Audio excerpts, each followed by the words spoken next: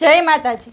જ્યોતિષશાસ્ત્ર અનુસાર ન્યાયના દેવતા ગણાતા શનિદેવ 27 જુલાઈના રોજ કુંભ રાશિમાં વક્રી એટલે કે ઊંધી ચાલ ચાલવા જઈ રહ્યા છે। તેમની આ વખતની ચાલ 18 નવેમ્બર સુધી ચાલશે।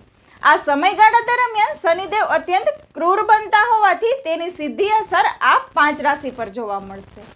કુંભ, મકર, મીન, કર્ક અને વૃશ્ચિક રાશિ પર ભારે સંકટ આવી શકે છે। તેથી આ તમામ લોકોએ આગામી સમયમાં ખૂબ જ સાવચેતી રાખવી।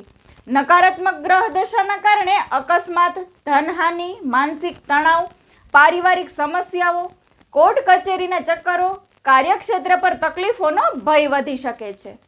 આર્થિક નુકસાનથી બચવા માટે દર શનિવારે કાળું કપડું, કાળા અડદ કે પછી કાળા તલનું દાન કોઈ જરૂરિયાતમંદને કરવું જોઈએ।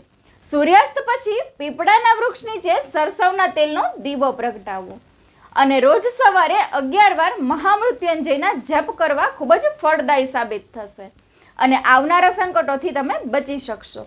તો આ વિડીયોને આ 5 રાશિના જાતકો સાથે જરૂરથી શેર કરજો। જય માતાજી।